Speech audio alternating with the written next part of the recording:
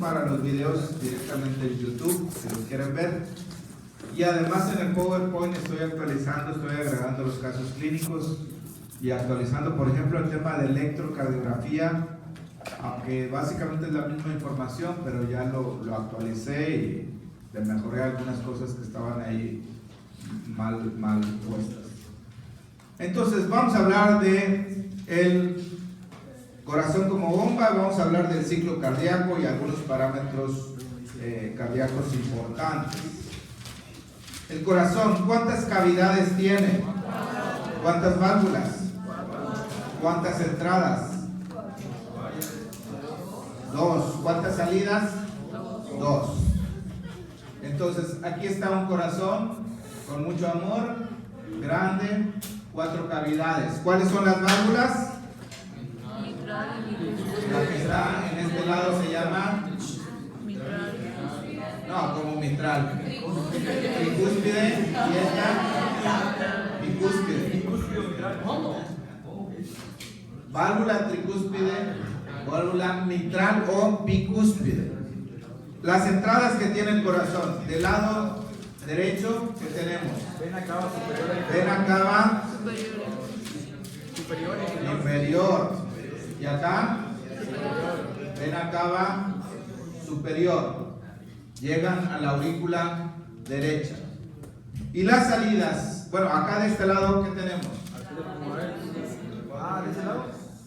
4 Venas pulmonares. Venas pulmonares. Traen sangre oxigenada. En cambio, esta es sangre desoxigenada. Se le llama venosa mixta porque representa las venas de todo el cuerpo y tiene una presión alrededor de 60 milímetros de mercurio. Entonces, las salidas. Del lado derecho, ¿qué tenemos? las arterias pulmonares. La arteria pulmonar. Uy, le exageré. La arteria pulmonar entonces lleva sangre a los pulmones para ser oxigenada. Arteria pulmonar. Y del lado izquierdo, ¿qué tenemos? Las venas pulmonares. No, salida, estoy hablando de salida. La aorta, que da una vuelta, y entonces aquí tenemos sangre hacia la circulación sistémica. La aorta.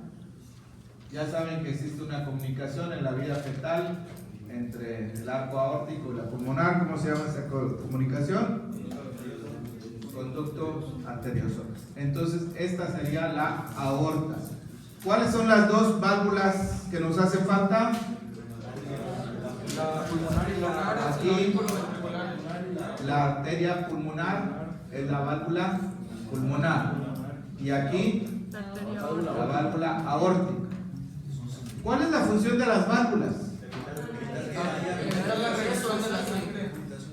Mantener el flujo en una sola dirección. O sea, evitar que la sangre se regrese. Si una válvula no abre adecuadamente, decimos que tiene estenosis.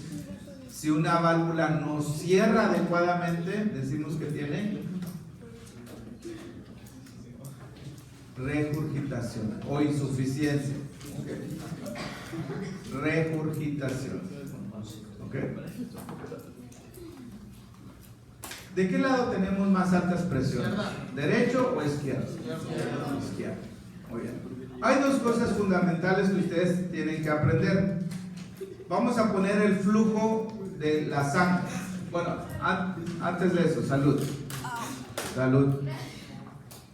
Estas dos válvulas se llaman válvulas aurículo-ventriculares.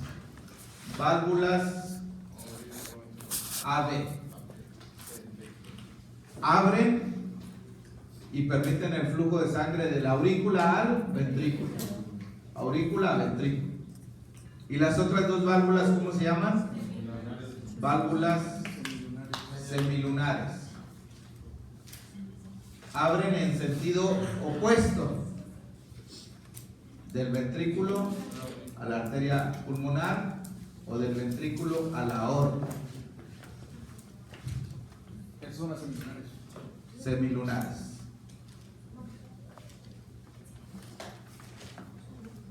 Las válvulas tienen una secuencia de apertura y cierre. ¿Cómo fluye la sangre? La sangre viene por las venas cavas y entonces pasa prácticamente al ventrículo derecho. Venas cavas. Obviamente tiene que llegar primero a la aurícula, pero de ahí ventrículo derecho. Después del ventrículo derecho pasa por la arteria pulmonar a la circulación pulmonar, se oxigena y regresa por el lado izquierdo por las venas pulmonares. Pasa al ventrículo izquierdo y del ventrículo izquierdo por la aorta a toda la circulación sistémica. La pregunta fundamental es: ¿qué es lo que hace que la sangre se mueva de un lugar a otro? ¿Cómo sabe la sangre hacia dónde tiene que ir? ¿Sabe o no sabe? No sabe. El gradiente de presión. El gradiente de presión. Gradiente de presión es lo que mantiene el flujo de la sangre de un unidireccional.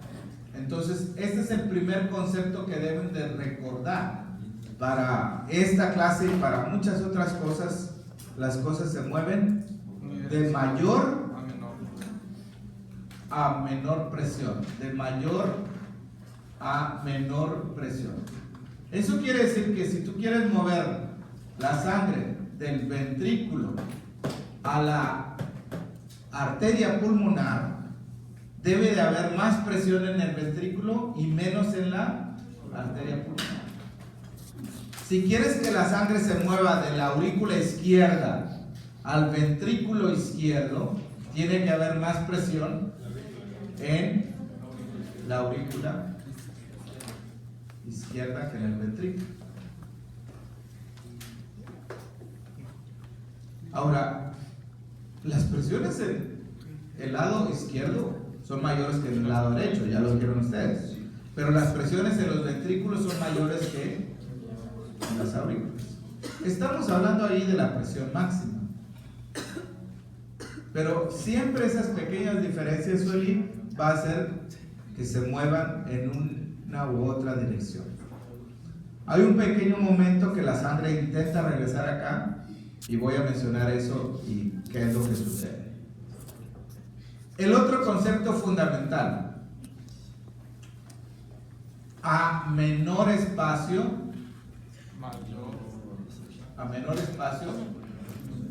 ¿cómo es la presión? Mayor presión.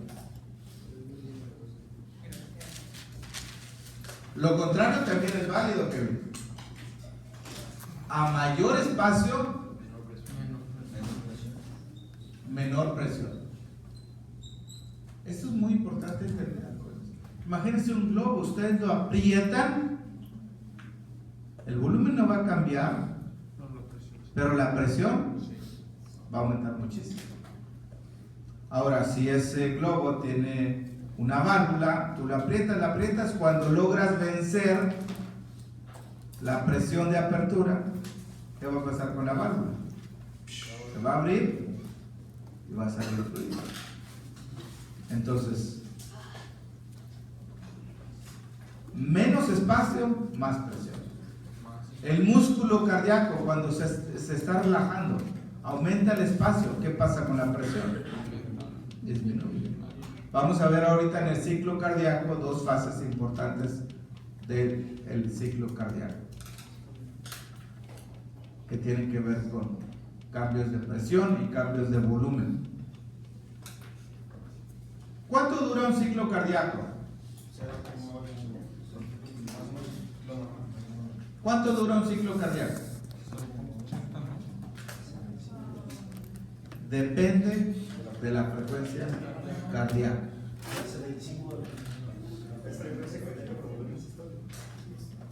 Bueno, eso es gasto cardíaco. Gasto cardíaco es frecuencia cardíaca por volumen sistólico. Ahorita vamos a retomar el tema de volumen sistólico.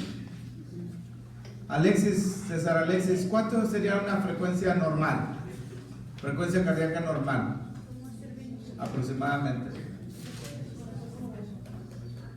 ¿Cuánto tienes tú de frecuencia de pulso? No es lo mismo frecuencia que pulso, pero claramente están muy relacionados. Los límites, menor 60 a 100.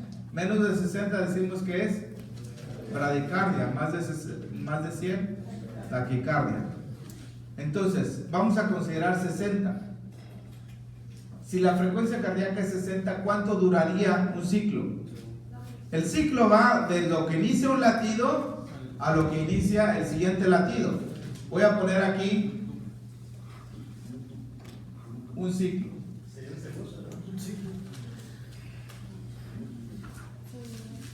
Y entonces vamos a dividir en dos partes. Más o menos así.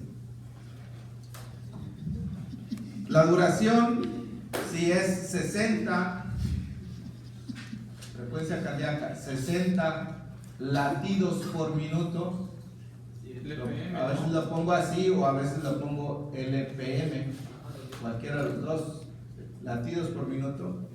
Entonces estamos diciendo que en 60 segundos habría 60 latidos. En un segundo, ¿cuántos latidos hay?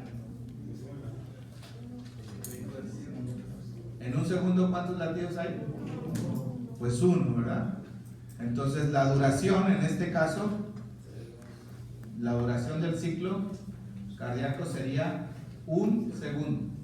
O sea, todo lo que está acá, esto es un segundo, y de aquí para acá es otro segundo.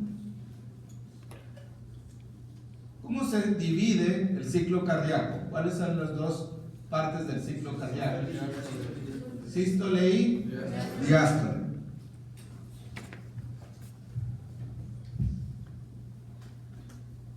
No deben ustedes poner apodos, pero les voy a contar una anécdota. En fisiología, un curso que di hace muchos años, había dos amigas, muy amigas. Una era muy alta y otra era bajita.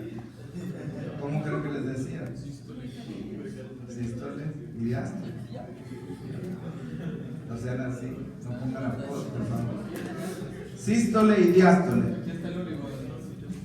Entonces, la sístole es la fase de contracción, la fase de expulsión, la fase donde sale la sangre. Vamos a ponerla primero, aunque ahorita vamos a dar un ejemplo comenzando con el llenado. Y la fase donde se recibe la sangre sería la diástole, la fase donde el músculo se relaja, donde se llena, ¿sí? Se relaja a llenar. Sístole, diástole. ¿Quién está durando más? ¿La sístole o la diástole? La diástole. Con esa frecuencia cardíaca. Pero si la frecuencia cardíaca fuera, en lugar de 60, vamos a poner una frecuencia cardíaca de 120. Frecuencia cardíaca, 120 latidos por minuto. ¿Cuánto duraría el ciclo? Si ahora son 120 latidos. 120 latidos. 1 por 60, 1 por 120, 360. Estamos hablando que la duración sería 0.5 segundos. Siempre la duración y la frecuencia van a ser inversos. Si aumentas la frecuencia, si está latiendo más veces el corazón, la duración va a ser menor. Duración menor. Si la frecuencia fuera 30, si la frecuencia fuera 30 latidos por minuto, ¿cuánto estaría durando cada ciclo? segundo y algo. 30. No necesitas calcular, por favor. Si dura 30, si la frecuencia es 30, estás diciendo que cada ciclo duraría 2 segundos. 2 segundos. Inversos. Si aumenta la frecuencia, la duración disminuye. Menos frecuencia, más duración. Inversos. Entonces, si representamos aquí medio segundo, de aquí hasta acá dijimos que es un segundo. Entonces, medio segundo sería más o menos aquí. Esto es con una frecuencia de 60 y esto sería con una frecuencia de 120. Ahora, ¿cuánto dura la sístole? Aquí la sístole está durando como 1/3 y aquí 2/3, más o menos. Pero acá, ¿qué va a pasar con la diástole? Si la frecuencia cardíaca aumenta, ambas fases se reducen, sístole y diástole. Pero ¿quién se reduce más? La diástole. La que más se afecta es la diástole. Si acá duraba 2/3, sería 0.67, a lo mejor aquí es 0.4, perdón, 0.2. La que más se reduce cuando la frecuencia aumenta es la diástole. ¿Y qué importancia tiene esto para la función del corazón?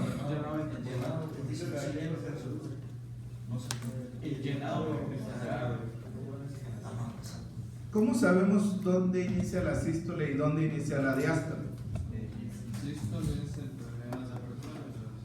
Aquí vamos a poner un ruido que se llama loop. Aquí se produce un ruido que se llama loop. Y aquí se produce un ruido que se llama loop. Y entonces aquí otra vez loop. Y aquí loop. Este le llamamos el primer ruido y este el segundo ruido.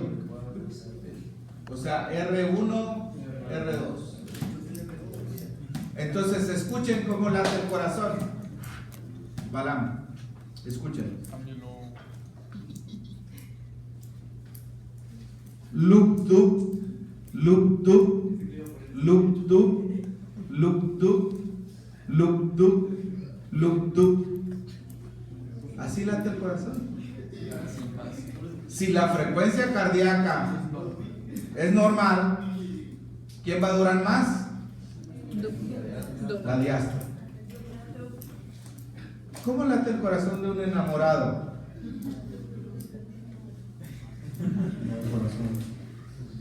No hay corazón para estar enamorado. ¿En serio? Corazón se pierde.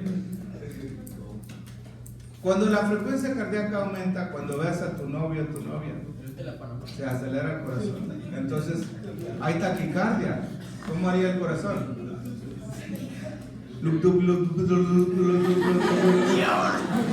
Así. La persona está como...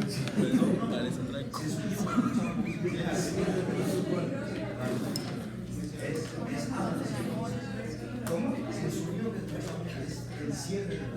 El sonido que escuchamos tiene que ver con el cierre de las válvulas. Ahora lo voy a hacer. No, al momento de... Al momento. ¿Alguien ha tenido una taquicardia? Todos. No por enamorado, pero ¿qué sentiste? ¿Qué sentiste ese hombre? Pues todo el camino estaba con el corazón así latiendo bien rápido. Pero eras de bebé, ¿no?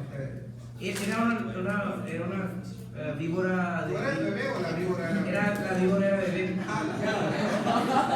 Yo creí que era un gusano, me lo quería llevar, pero me di cuenta que era víbora y pues lo dejé ahí. O sea, la que me mordió, no me di cuenta y tuve que ir a al hospital que me dieran antiveneno. ¿Pero qué sentías? Pues iba bien rápido, no era bonito. No es una sensación muy bonita. ¿Tú tuviste una taquicardia? Sí, tomé 800 gramos de cafeína y sentía la vista borrosa. ¿Cafeína 800? ¿Gramos? Wow. Mi compa de compas.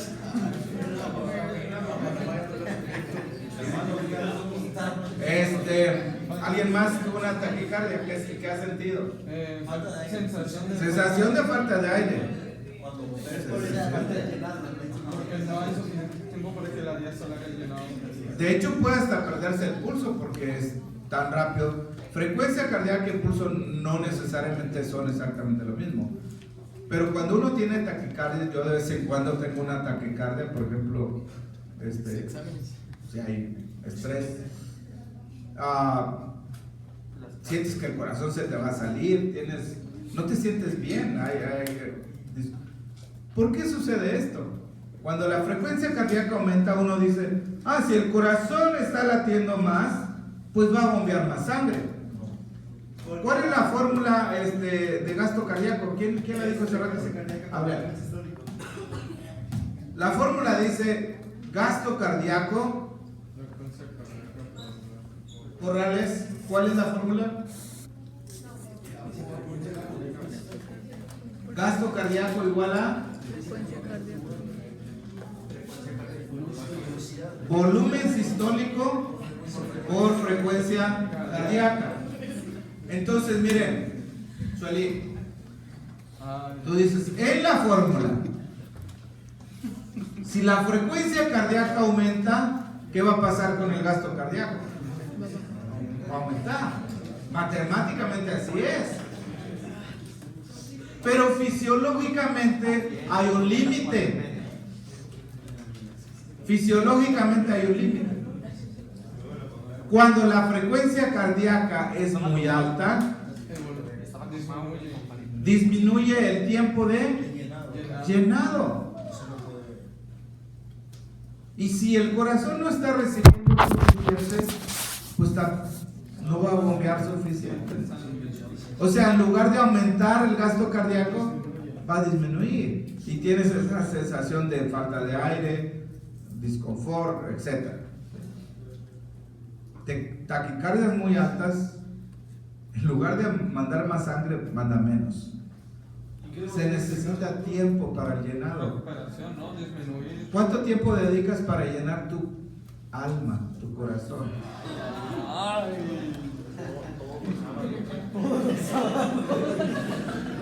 ¿Es en serio lo que les estoy diciendo? Pues si no llenas tu alma, tu corazón, ¿qué vas a dar? Todos los días de 6 a 6. No me refiero al sueño, me refiero al alma. Por eso. La matutina. Mande. Y en ese momento, ¿qué se le hace? ¿Qué se le da? Pues uno, bajar la frecuencia cardíaca. Depende qué taquicardia sea, pero a veces las maniobras de Valsalva, por ejemplo, apretar los ojos o pujar como si estás en el baño estreñido, reducir la frecuencia. ¿En serio? Ejemplos de la vida real. Reducir la frecuencia cardíaca. Pero todo depende qué sea la causa de la taquicardia.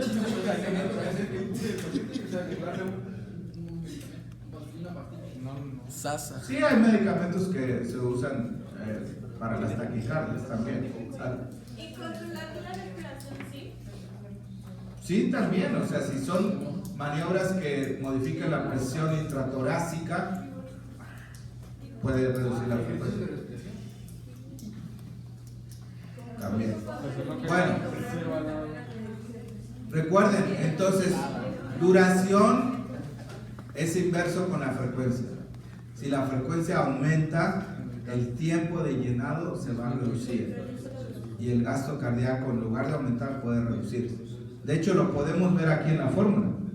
Si aumenta la frecuencia cardíaca, pero no da tiempo para el llenado, el volumen sistólico se va a reducir. Y si esto aumenta y esto se reduce, pues el gasto va a ser menor. Y esto se reduce mucho más que la frecuencia, pues el gasto cardíaco va a reducirse. Entonces, no todo lo que matemáticamente vemos en una fórmula se aplica a algo fisiológico. Hay que saber la fisiología. Ustedes tienen que saber matemáticas, física, biología, fisiología, pero sobre todo aplicarlo a los pacientes. Teología también. Bueno, ¿cuál es la causa de estos ruidos? Aquí tenemos las válvulas semilunares, auriculoventriculares y acá las semilunares. A ver, ¿cuántos viven externos? ¿Un externo? ¿Tú qué haces cuando llegas muy noche a la casa?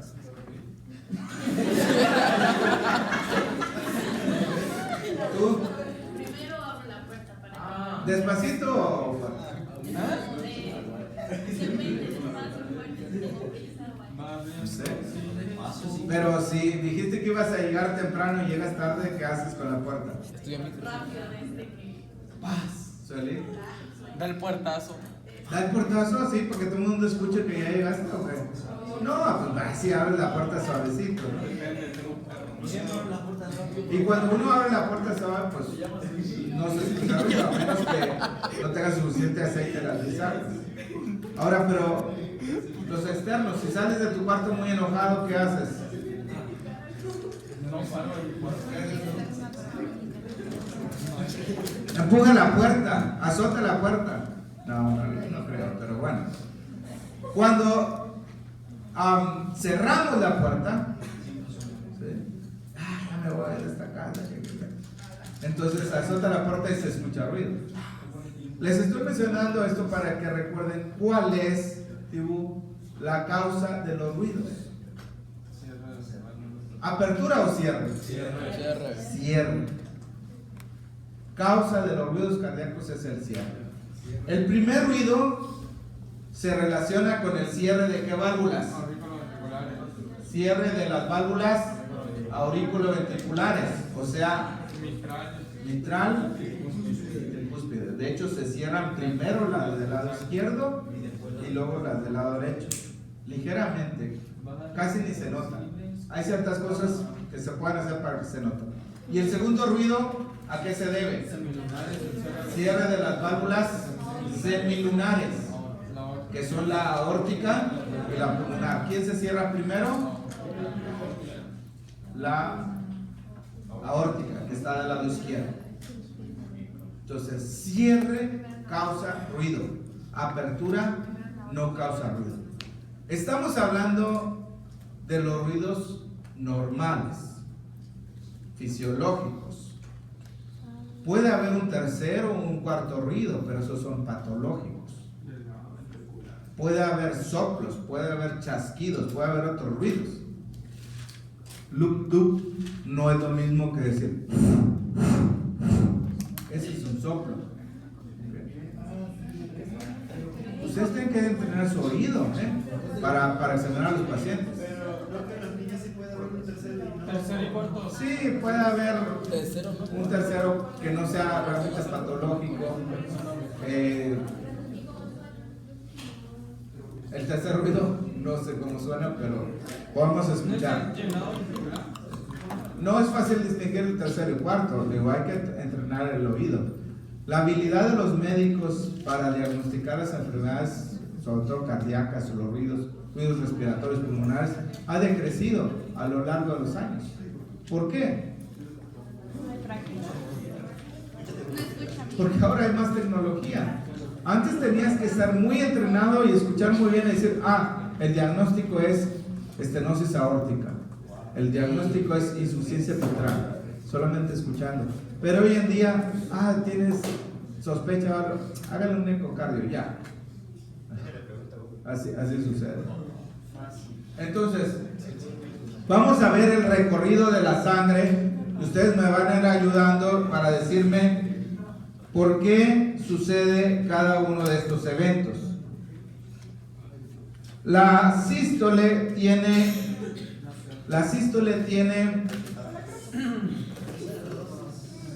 3 partes. ¿Cómo se llama la primera?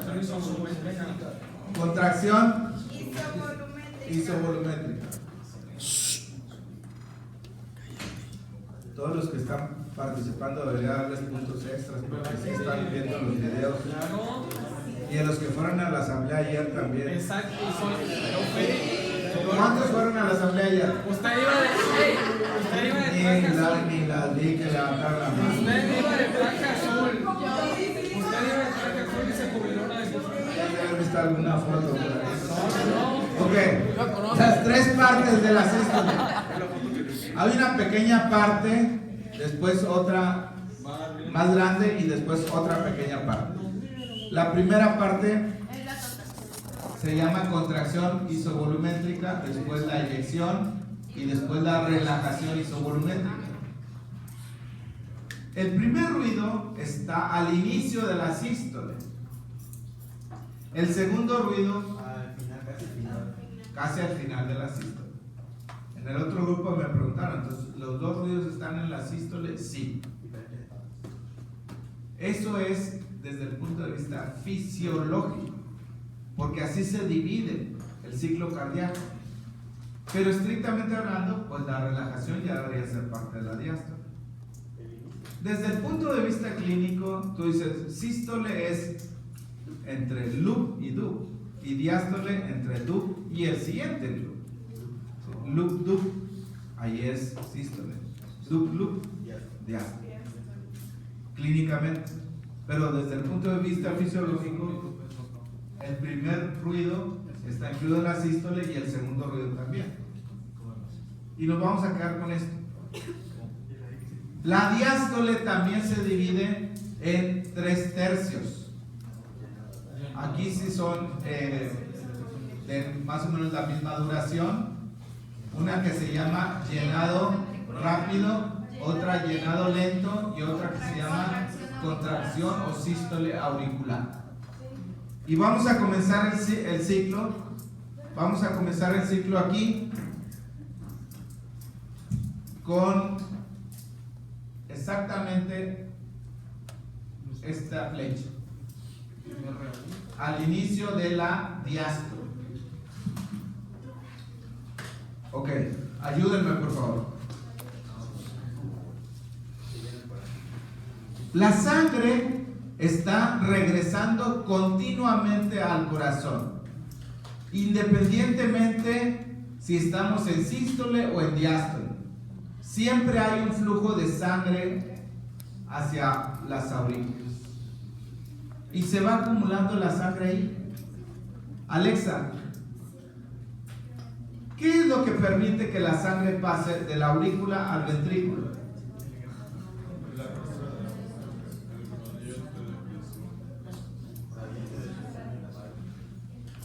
¿Cuál es la razón por la que se abren las válvulas? Gradiente de presión. Gradiente de presión.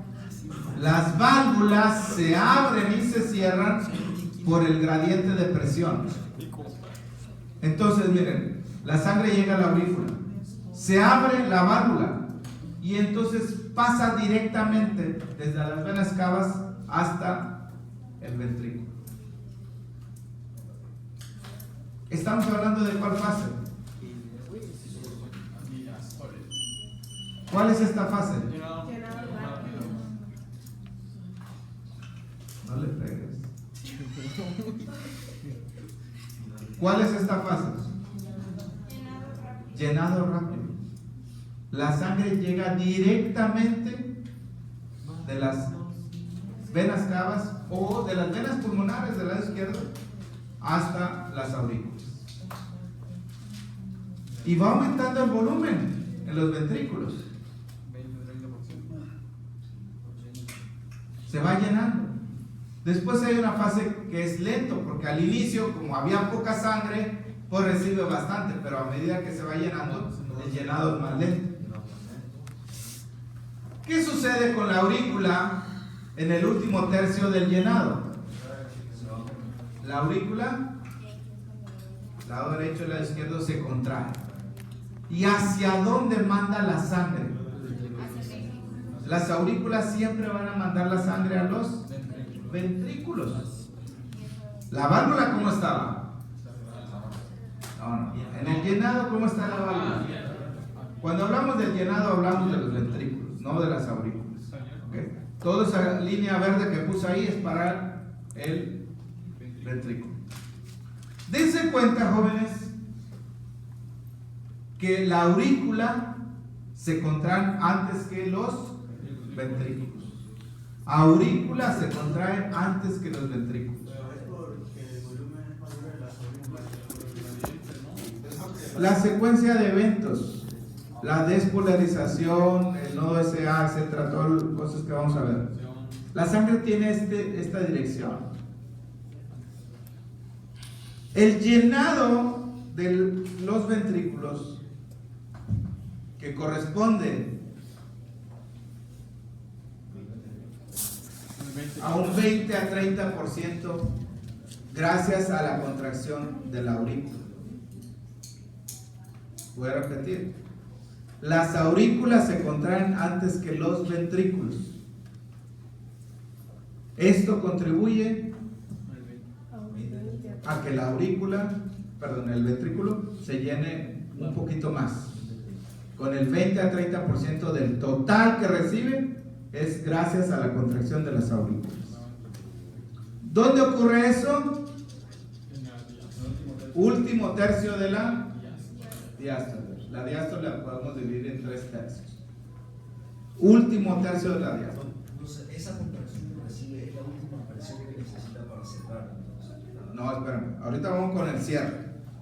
¿Ok? Comenzamos aquí, llenado rápido, la sangre fluyendo directo de las venas cavas o de las venas pulmonares a las aurículas, llenado lento, y el último pedacito, el empujón que le da la contracción de las aurículas. ¿Qué pasa con el ventrículo? ¿Qué pasa con los ventrículos? El impulso cardíaco, el potencial de acción, se detuvo un momento aquí en una estructura que se llama nodo AB para dar tiempo a la contracción de las aurículas. Pero cuando el impulso llega a los ventrículos se contraen. Y al contraerse, ¿qué pasa con el espacio? Se reduce. ¿Y qué pasa con la presión? Aumenta. Y al aumentar la presión, ¿qué va a pasar con las válvulas auriculoventriculares? Se van a cerrar. Y eso entonces marca ¿cuál ruido? Aquí, que este punto es el R1, es este mismo. ¿Okay? Doctor, usted dijo que las válvulas se cierran en Las válvulas se cierran al inicio de la sístole, las AB. Se cierran al inicio de la sístole. Y el cierre de las válvulas, ¿qué produce? Ruido. ¿Cuál es el ruido que está aquí? Primer ruido. Este puntito es este mismo. Primer ruido, loop. Lo que más me interesa, jóvenes, es ¿por qué se cerró la válvula? Aumento de la presión en el ventrículo. Derecho o izquierdo, es lo mismo. Nada más la única diferencia es que es más alto acá. Pero eso es lo que había preguntado, de que cuando la presión es mayor en la aurícula se abre la compuerta y cuando la presión es mayor en el ventrículo se cierra. Pero hablando nada más de las AB. De las aurículas. Sí. Si la presión es mayor aquí, Dara, que acá, pues la válvula se va a abrir. Pero si la presión es mayor aquí que acá, la válvula se va a cerrar. La apertura y cierre dependen de los gradientes de presión, de la diferencia de presión. El corazón es algo mecánico. Hay corazones artificiales que trabajan muy bien, pero no pueden hacer todos, porque el corazón no solamente es bombas, el corazón también es una glándula, Balán. ¿Has escuchado tú hablar de la glándula cardíaca? Pues deberías de escuchar, porque es una glándula. Produce hormonas. Hoy en día el concepto de glándula se extiende mucho más allá de la hipófisis, la tiroides, paratiroides, páncreas. Todos nuestros tejidos, todos nuestros órganos prácticamente son glándulas, producen hormonas. ¿Qué hormonas produce el corazón?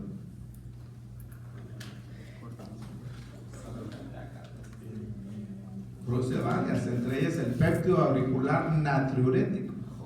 Lo vamos a ver más adelante, pero entonces terminando, jóvenes, ahora tenemos cerradas las válvulas AB y también las semilunares. ¿Qué pasa con la presión en los ventrículos? Si todo está cerrado, estás comprimiendo, ¿qué pasa? Aumenta muchísimo. Rápidamente, Eric. Y en ese momento se alcanza cierto valor de presión en los ventrículos que causa la apertura de las semilunares. ¿Qué ruido se escucha cuando se abren las semilunares? Cayeron en la trampa. Cuando se abren las semilunares, no se escucha ninguno. La sangre entonces fluye del ventrículo a la arteria pulmonar, del ventrículo a la aorta, va reduciendo el volumen, se empieza a relajar. La sangre de la arteria pulmonar y la sangre de la aorta intenta regresar a los ventrículos. ¿Y qué pasa con las válvulas? Se cierran. Estas válvulas, digamos, abren hacia abajo y estas abren hacia arriba. ¿Qué ruido se escucha cuando se cierran las válvulas semilunares? Segundo ruido. Ahora sí, segundo ruido. El dub. Entonces, eso marca el inicio de la relajación isovolumétrica. Como ya salió sangre, aquí hay muy poca y el músculo se está relajando, está aumentando el espacio. ¿Qué pasa con la presión? A menor espacio, pero a mayor espacio, menor presión. Si se relaja, no, hay menos volumen, la presión desciende. Eso es lo que sucede en la relajación isovolumétrica. Y cuando termina la relajación isovolumétrica, la presión en las aurículas, que siempre están recibiendo sangre, es mayor que en los ventrículos y se abren las válvulas AB. ¿Qué ruido se escucha cuando se abren las válvulas AB? Ahí está la trampa.